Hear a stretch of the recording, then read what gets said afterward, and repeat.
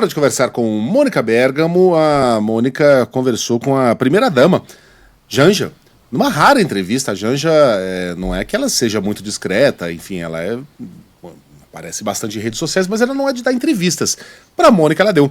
E falou sobre Papa, viagem de Lula para a Itália. E aí, Mônica, o que saiu da entrevista? Bom dia para você. Bom dia, Megali, bom dia a todos. Pois é, ela me surpreendeu até, Megali, porque eu pedi um depoimento para ela sobre o Papa, né? Joguei a rede e ela veio, quer dizer, realmente há 2 anos que eu tentava falar com a Janja, ela não é exatamente uma pessoa fácil para dar entrevista, mas a assessora me respondeu, falou, não, ela vai falar com você, e aí ela veio falando por Zoom, e ela me contou que o presidente e ela devem viajar na quinta-feira para a Itália, por causa do fuso horário, Megali, que vai ser uma rotina, uma viagem bem puxada, vai ser um bate e volta, vamos dizer assim, porque depois o Lula ainda faz uma viagem muito, muito pesada e importante para a Rússia e para a China, né? Então, enfim, eles vão com chefes de poder que já aceitaram o convite, vão com Hugo Motta, presidente da Câmara, com o Davi Alcolumbre, presidente do Senado, com o Luiz Roberto Barroso, presidente do Supremo. Mas enfim, Megali, ela chorou bastante durante a entrevista, também me surpreendeu o grau de emoção, né, dela, da ligação deles com o Papa Francisco, porque o Papa, como a gente falou aqui ontem, o Papa era um ponto de apoio fundamental, né, para o presidente Lula e para a esquerda do mundo todo, vamos dizer assim, né, como disse aí o Killing, foi um Papa disruptivo, né, apoiou causas que ninguém imaginava que ele poderia apoiar, né, mas para o Lula especialmente ele teve uma importância maior, porque os dois se aproximaram, Megali, quando o Lula estava preso, né? Ela me contou, inclusive, que não foi o Papa que escreveu para o Lula quando ele estava preso, foi o Lula que escreveu para o Papa, em primeiro lugar, né? O Papa, na verdade, respondeu a uma carta enviada por ele. Qual que era a circunstância daquela carta? O hoje presidente estava preso, né, em Curitiba, o neto dele, Arthur, de 7 anos, tinha acabado de morrer, e a perspectiva naquela época era de que ele ficasse na prisão por muitos anos. Megali, eu não sei se com você acontece isso, quer dizer, olhando hoje parece que era tudo muito previsível, né? O Lula ia ficar na cadeia, ia sair, ia se candidatar, ia se eleger. Mas naquele momento, a gente voltando para aquele momento, as coisas do ponto de vista dele eram muito mais sombrias, né? Não existia nenhuma possibilidade de ele sair da prisão, a justiça estava sendo de primeira instância ali, Sérgio Moro, Tribunal Regional Federal, Moro já nem estava mais, mas o Tribunal Regional Federal de Curitiba eram muito duros, né? Nas penalidades, não deixavam o Lula dar entrevista, barravam pessoas que queriam visitá-lo, enfim.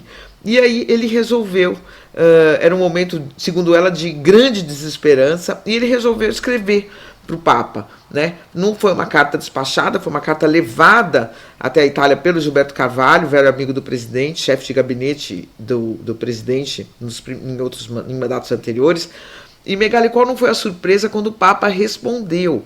Porque naquele momento o Lula não era um presidente da República, ele não era um homem com perspectiva de poder, ele era um presidiário, né? Ele era considerado por muitos um criminoso. E o Papa enfrentou então uma parcela poderosa, né, do poder brasileiro naquela época, da opinião pública, e escreveu uma carta que sabia que seria divulgada, né? Ele podia não ter feito nada, ele podia ter lido e fingido até que não recebeu, mas ele escreveu de volta, e o peso daquele gesto foi gigantesco no plano político, mas no plano pessoal também foi muito importante, segundo ela diz. Megali, não sei se você sabe que o Lula ele é católico, não vai na igreja, mas o Lula tem cumpre alguns ritos, né? Por exemplo, o Lula, antes do casamento com a Janja, se confessou, que é algo que eu acho que pouquíssimos católicos hoje em dia fazem, né? Então ela diz que é isso, que ele não vai na igreja, mas que ele segue alguns ritos. E também, enfim, me contou que eles passaram o dia na segunda-feira vendo muitas imagens, como todo mundo, né? Houve um bombardeio de imagens na televisão, nas redes sociais, do Papa até agora, né? E eles ficaram vendo freneticamente as imagens, e ela disse que realmente aqui causou maior impacto para ela é a imagem do Papa sozinho na Praça São Pedro na pandemia, porque a mãe dela morreu de Covid na época da pandemia, né? Eu acho que a gente reservou um trechinho aí do vídeo para dar uma olhada, Megali. Para mim, Mônica, a imagem que mais impacta, talvez porque a minha mãe tenha falecido de Covid, é a imagem dele caminhando sozinho durante a pandemia na Praça São Pedro. Para mim, é aquela imagem, é a imagem que, apesar da praça estar vazia, né, milhares de pessoas estavam ali, milhões de pessoas estavam ali com ele em oração. Então, isso para mim talvez tenha sido mais importante. Por isso que eu já falei para o meu marido, eu fico... como minha mãe faleceu de Covid, quando algumas pessoas falam da época da pandemia, eu fico bastante irritada e com razão, né? Enfim, né?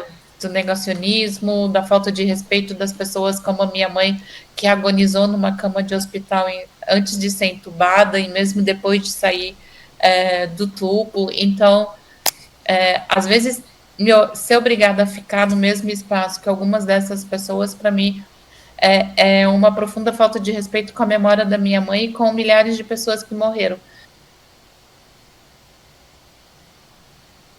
É isso.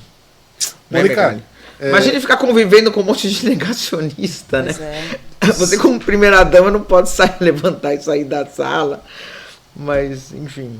Aliás, nem a gente às vezes pode, né? Essa cena citada só essa cena deveria ser suficiente para esse homem ser canonizado, santificado hoje.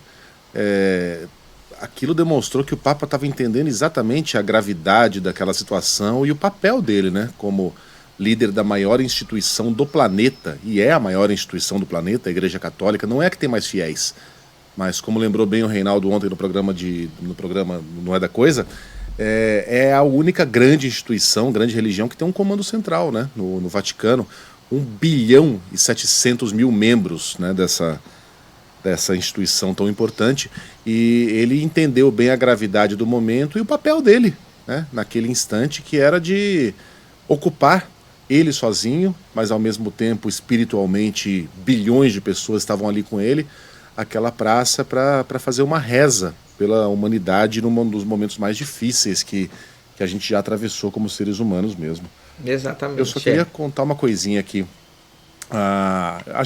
Eu pelo menos gosto muito das histórias de bastidores, de como a Mônica chega nos entrevistados, né? De vez em quando tem a Mônica entrando pelo cano, literalmente pelo cano, por umas passagens secretas, contando com a ajuda de personagens improváveis, né? Aí no fim de semana eu falei, pô, Mônica, você não entrevistou, né, o fim de semana, segunda, você não entrevistou o Francisco, né? É aquela figurinha carimbada que vai faltar para completar o álbum, e agora já era. E aí eu perguntei pra Mônica assim, você já tentou entrevistar o Papa? Ela, não, juro por Deus, não, nunca tentei, por isso que eu não consegui, né? A garota. É isso aí.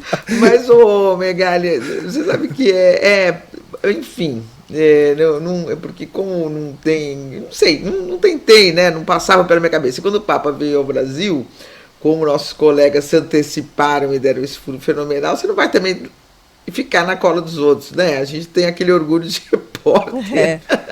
Vou atrás do meu, vou recuperar. Eu vou atrás vou atrás de outros mais interessantes. Mais interessantes do que esse é difícil, né? Mas realmente, enfim, eu até, comentei com a Janja, porque estou tentando outras entrevistas, né? E ela falou, será que você consegue de outras coisas que eu não vou falar aqui para não despertar os colegas? E eu falei, se com você demorou 2 anos, né, imagina com outros personagens, porque ela também não é uma personagem muito fácil para entrevista, né? Não. Mas enfim, ela topou falar, eu acho que ela topou falar muito em função do assunto, né? Porque eu falei, gostaria de falar do Papa, como eu estou pedindo depoimento sobre o Papa para várias pessoas, né? E eu achei interessante. Ela contou uma outra, não sei se a gente tem tempo, Megali. Não que ela muito, pior que não. Geralmente eu não dou. Mas claro que não. É que hoje... Por seu Papa, não, ela disse que no último encontro que ela teve com ele, que ele deu uma escultura para ela de um homem erguendo uma pessoa do chão e deu a mão para ela e falou, uma pessoa só pode olhar de cima para baixo para outra quando for para ajudá-la a se reerguer.